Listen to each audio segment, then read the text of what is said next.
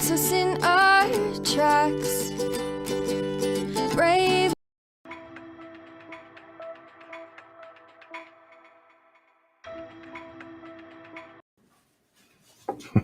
Sorry, guys. I don't know what the hell that was. It's me pressing the wrong button.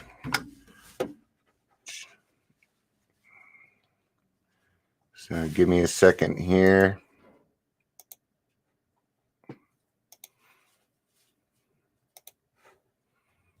All right, and we are ready to go. Okay. I hope everybody's having a good day. Thursday afternoon. So this came about. I was listening to somebody else yesterday. Listening to Amber Hollingsworth. And I like a lot of her stuff, but I think she kind of went.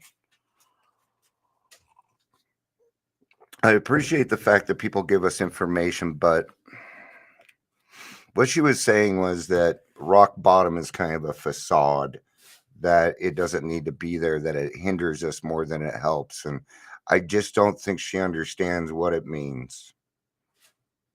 See, it's one of those things where you have to experience it.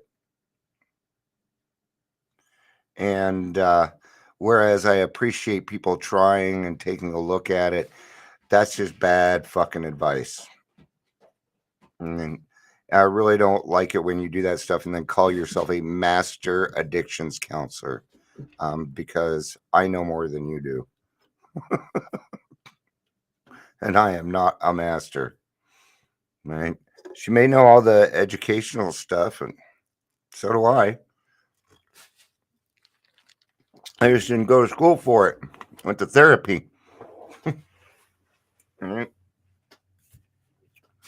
You can treat me, talk all you want. So why do we have the insistence that you must hit a rock bottom first? Because you ain't even going to try. When was the last time you saw somebody skip into AA, their first AA meeting? Is that how it happens? Do we come in just already great? No. Alcohol will have to beat you into fucking submission. It's the unfortunate part, but it's how it works. Now, that decision is yours. See, rock bottom is when you've had enough. When I was 19, I hadn't been drinking for very long, but I quit because I had had enough. I was on the streets. Second time I got sober, I wasn't homeless. No, it was for a much different reason.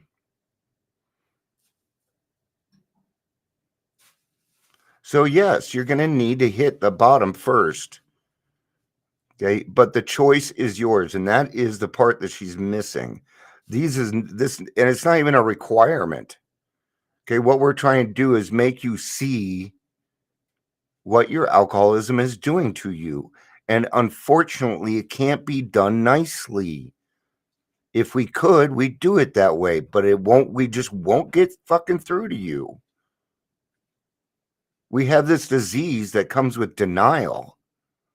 Very, very deep-rooted denial. So you can imagine what we do with our lives when we want to avoid the hard shit, right? So it talks about it in the 12 by 12 in step 1. Why all this insistence that every AA must hit bottom first? The answer is that few people will sincerely try to practice the AA program unless they have hit bottom. You got to be. Unfortunately, for most of us, we need to feel that hopelessness first.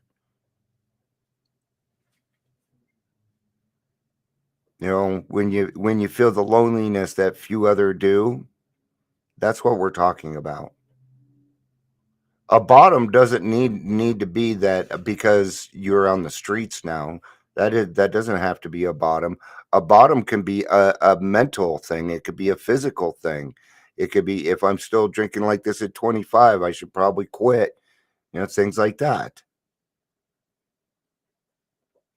See, there's plenty of people in the program that haven't lost their wives that didn't because they stopped in time. Yeah. They found their bottom. So don't take it away from them. What the fuck? What you're doing is saying, oh, you don't have a good enough reason to stay sober when you're telling us that. I just don't like it when people that may misunderstand come in and try and make us understand when we already know. For practicing AA's remaining 11 steps means the adoption of attitudes and actions that almost no alcoholic who is still drinking can dream of taking. Who wishes to be rigorously honest and tolerant? Who wants to confess his faults to another and make restitution for harm done? Who cares anything about a higher power, let alone meditation and prayer? Who wants to sacrifice time and energy in carrying AA's message to the next sufferer? No, the average alcoholic, self centered in the extreme, doesn't care for this prospect unless he has to do these things in order to stay alive himself. And even then, that's not enough. Wasn't enough for me. I was not enough for me to get sober. I got sober because I was tired of beating the shit out of my wife and kids. The mental torture and all the bullshit that comes with it. I was hurting my wife and I couldn't do it anymore, period. So that's why I quit drinking. The reason I say stop drinking is for me. I do that for me, which turns around to be for them, because then I become a better person, right? And then I can be involved more in that relationship. I'm just now getting to a point with Shannon and I's relationship where I feel like I'm putting in my full part, because it's taken me a little while to figure out nuances in the way she wants it and to retrain myself and things like that. But I made that change because I want to love my wife the way that she wants to be loved. I want that for her. So that's what I do.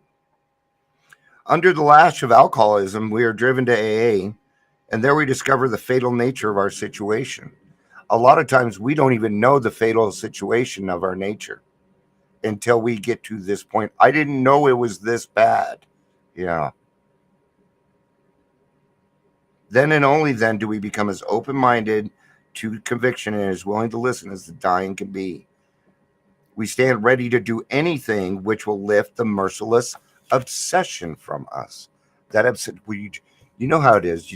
When you're in your head and you're just like, yeah, you're just like, Dion, please, would you just shut the fuck up?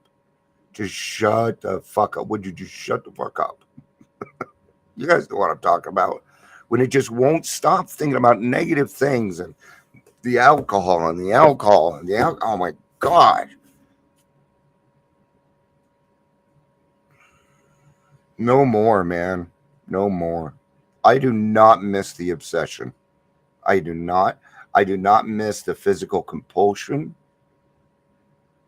I will admit I do miss here's the thing. I do miss the alleviation that it gave me. But unfortunately, that alleviation went away years ago. So that's not even well, my wife and I figured it out. There was a point in there for about 5 minutes when I was dead on. I had just enough alcohol in me. That lasted for about 5 minutes and it was over with.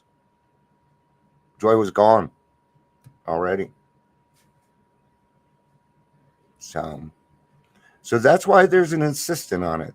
That's why we are big on it, because you won't do anything about it until you hit that point. That has been our experience.